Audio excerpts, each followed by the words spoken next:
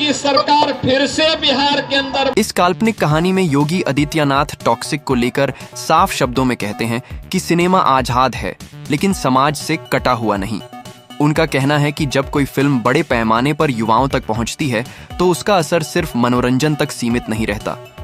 Toxic के नाम और कथ्य को लेकर वे सवाल उठाते हैं कि क्या यह फिल्म सोच को मजबूत करती है या भ्रम फैलाती है। वे स्पष्ट करते हैं कि यह किसी अभिनेता के खिलाफ नहीं बल्कि कंटेंट की दिशा पर सवाल है। रॉकी जैसे बड़े नाम से अपेक्षा होती है कि फिल्म जिम्मेदारी का उदाहरण बने। अगर कहानी सिर्फ उकसावे और शोर पर टिकी है तो चेतावनी जरूरी है।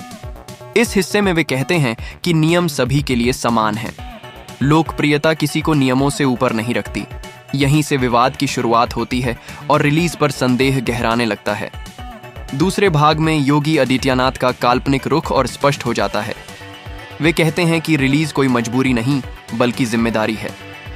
अगर टॉक्सिक ने कंटेंट के स्तर पर संतुलन नहीं दिखाया तो आगे बढ़ना मुश्किल हो सकता है। वे यह भी जोड़ते हैं कि बैन लक्ष्य नहीं है लेकिन गलत को अनदेखा करना भी विकल्प नहीं। सेंसर, निर्माता और वितरक सबकी साझा जिम्मेदारी है कि समाज को नुकसान न पहुंचे।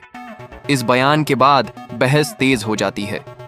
कुछ लोग इसे सख्ती कहते हैं तो कुछ इसे आवश्यक चेतावनी। योगी का संदेश साफ रहता है, सुधार होगा तो रास्ता खुलेगा। यहां से फिल्म का भविष्य अनिश्चित दिखने लगता है और रिलीज पर दोबारा विचार की मांग उठती है। तीसरे भाग में कहानी निर्णायक मोड़ लेती है। योगी आदित्यनाथ कहते हैं कि टॉक्सिक के पास अभी भी अवसर है, सुधार का, स्पष्टता का और जिम्मेदारी दिखाने का।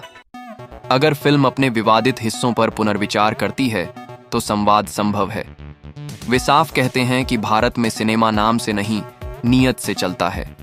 अगर कंटेंट जहरीला हुआ तो समाज उसे स्वीकार नहीं करेगा।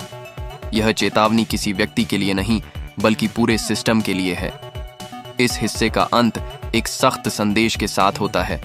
कानून और मर्यादा के दायरे में रहकर ही कला आगे बढ़ सकती है। टॉक्सिक का फैसला अब उसके सुधार पर निर्भर करता है। इस हिस्से में योगी आदित्यनाथ का काल्पनिक रुख और ठोस हो जाता है। वे कहते हैं कि जब विवाद बढ़ता है तो केवल बयान नहीं बल्कि स्पष्ट शर्तें जरूरी होती हैं। टॉक्सिक को लेकर उनका कहना है कि फिल्म का हर दृश्य, हर संवाद और हर संदेश सामाजिक प्रभाव की कसौटी पर परखा जाना चाहिए। अगर कहीं भी उकसावा या असंतुलन दिखा तो सुधार अनिवार्य होगा। वे यह भी जोड़ते हैं कि सेंसर प्रक्रिया औपचारिकता नहीं होनी चाहिए। निर्माता और वितरक दोनों की जिम्मेदारी है कि वे सिर्फ कमाई नहीं बल्कि परिणाम भी देखें।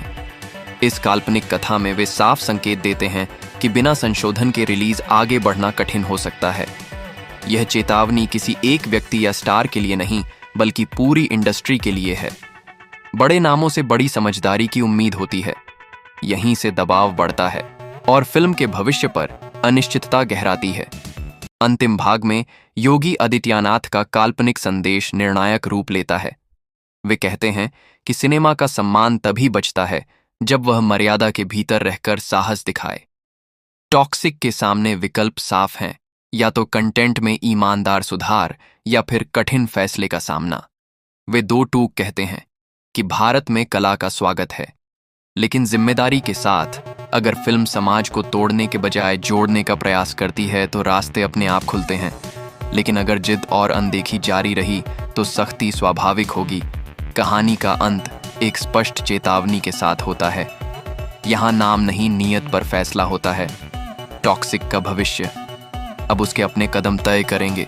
सुधार होगा तो संवाद बचेगा, नहीं तो निर्णय कठोर हो सकता है। यही इस काल्पनिक विवाद का अंतिम निष्कर्ष है।